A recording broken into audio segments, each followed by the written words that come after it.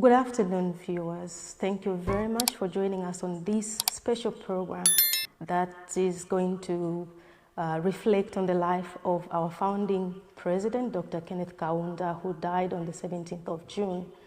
And on this particular program today, we bring to you live from Botswana the former president, Lieutenant General Seretse Khama Khama. Your Excellency, good afternoon and welcome to the program. Good afternoon. Thank you so much. We're glad that you found time to join us on this program today. To begin with, could you kindly tell us when you first heard about Dr. Kenneth Kaunda?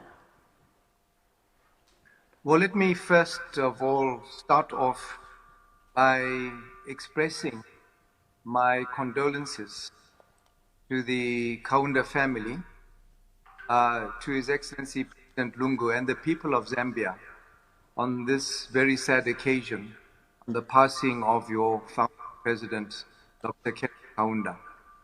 I think in answer to your question, I first heard about him, it would have been around the time of Zambia's independence in 1964.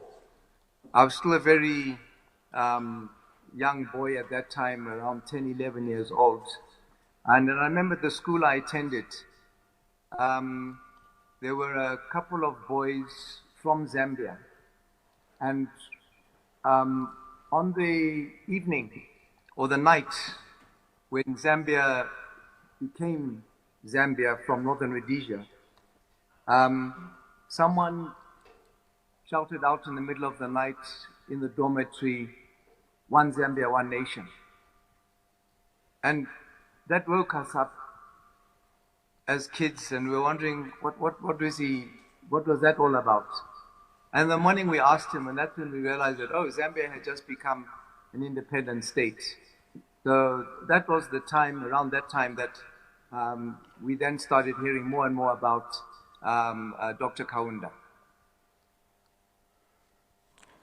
Thank you, Excellency. Now, could you recall when you first met Dr. Kaunda and what was your first impression of him? I think I must have met him first when he paid a state visit to our country. And that would have been around 1968, if I'm not mistaken. I also believe he was a leader to pay a visit to our young democracy, because we got independence in 1966. So that was the first time.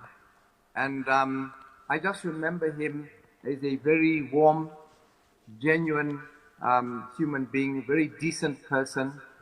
And one could have that aura of feeling that you were in the presence of a person who really was very welcoming and had tremendous outreach towards other people. Now, reflecting on Dr. Kaunda's life, we know that he spent most of his time fighting for freedom of the African countries from colonialism and oppression. What do you feel his contribution was to the freedom that Botswana enjoys today? Well, of course, you would know that as Botswana, we came through a slightly different set of circumstances in gaining our independence.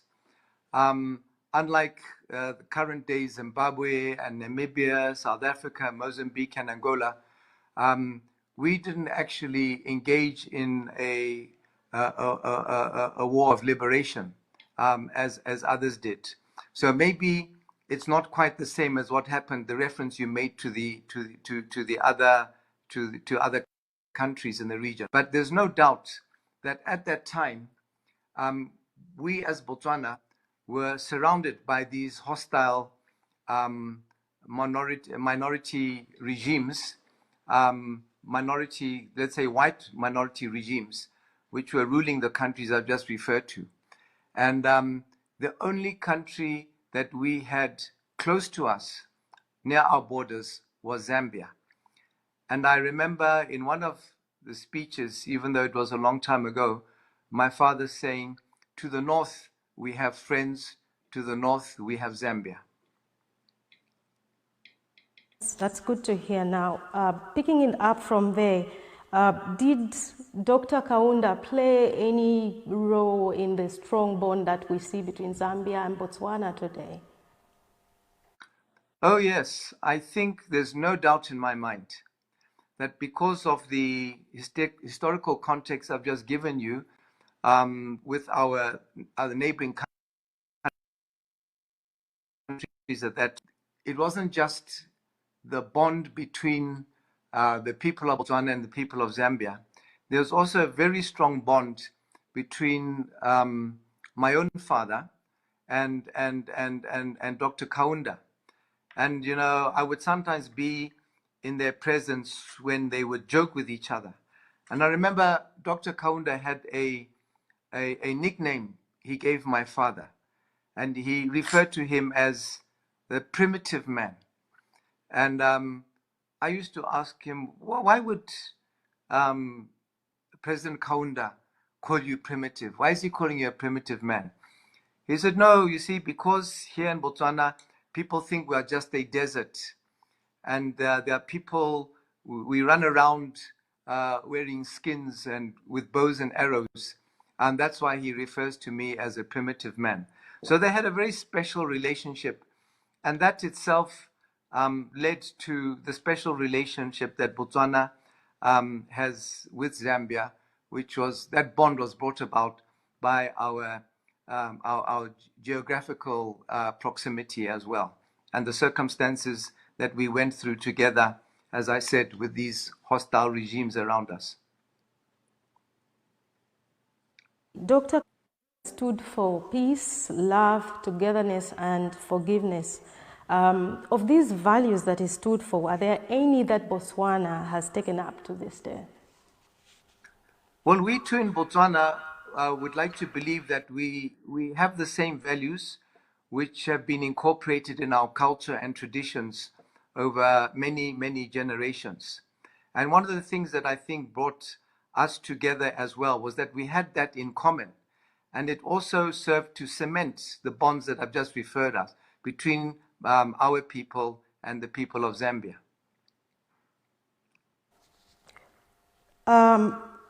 What is the biggest lesson that Botswana has learned from the life of Dr. Kaunda? I remember during his time in office, he had this policy, if I can call it that, of humanism, all about the promotion of welfare for people. And I think that is something which at the time was something that we also were very aware of. And I cannot say to you and put my finger on the pulse and say exactly this is what we learned from it. But there's no doubt in my mind that it had a spreading effect, not only on Botswana, but in the region. And even after he left office, just him as a man, as a person, he constantly, you had the impression that this was someone who was totally engrossed with wanting the best welfare for the people of Zambia and the people of the region. And that is something which I think a lot of our founding leaders carried with them for the benefit of their people. Your Excellency, we are speaking about a man that contributed so much to the liberation of Africa. He touched so many lives. From that background, how best do you think Africa should celebrate the life of Dr. Kenneth Kaunda? I think the African Union should honor Dr. Kaunda's immense contribution to our region and to the African continent by putting their heads together and maybe on an annual basis coming up with the Best Achievers Award, whether it's in leadership or whether it's for the youth, so that even our young people should not forget, even if they were not there during his time, but it should be something which is ongoing that would be able to remind us of the person he was and the contribution he made. Your Excellency, is there anything at a personal level that Dr. Kaunda did which impacted your life in any way? You know, right from those early days, I can't put my finger on it, but you know, when you were in his presence, when you listened to him speak, you would attach yourself to every word that he said. A humble man, kind, he had a very charming personality. Like I said, easygoing, approachable. He was devoid of any arrogance. There's no arrogance in his veins whatsoever. A very warm person, as I've said, a decent human being. So for me, that is something that I will treasure and remember about him forever. What's the one outstanding thing that you will always remember about him? You have mentioned some of them, but there could be something that really just struck you that you will never ever forget in your life. Could you share with us? Well, I think beyond what I've said, I cannot put my finger on one instance, because your founding president was almost on a day-to-day basis. Every time I had, whether it was in contact with him, if I watched him on television, if I saw him officiating, being on state visits, it was just an ongoing aura of the man that one would remember. You cannot say there was this thing or that thing, because there were so many.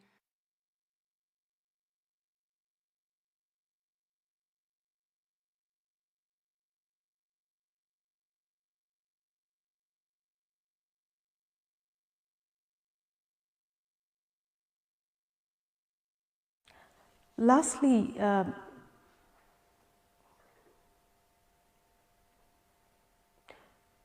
sincere apologies for the break in network. We should be getting back His Excellency Khama on the line shortly.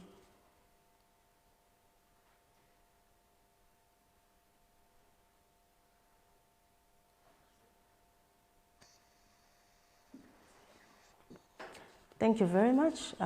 We apologize once again for the break in network. Your Excellency, sincere apologies. We had a bit of a break in network, so we could not have you, or we could not hear you from our end here, from the last question that was asked. I was just saying there were just so many good attributes about Dr. Kaunda on any single one of them. There was just a wide range of things that he did for his people, for the region, and for me, I just would like to remember him like that. Thank you, Excellency. Now, lastly, what message do you have for Africa as we continue to celebrate the life of Dr. Kenneth Kaunda?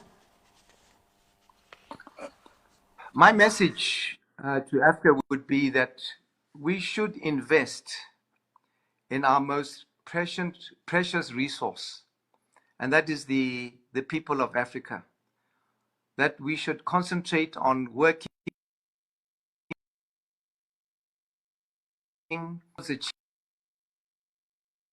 our many differences, whether they are national, tribal, religious, or status, to divide us from what we can achieve in this regard.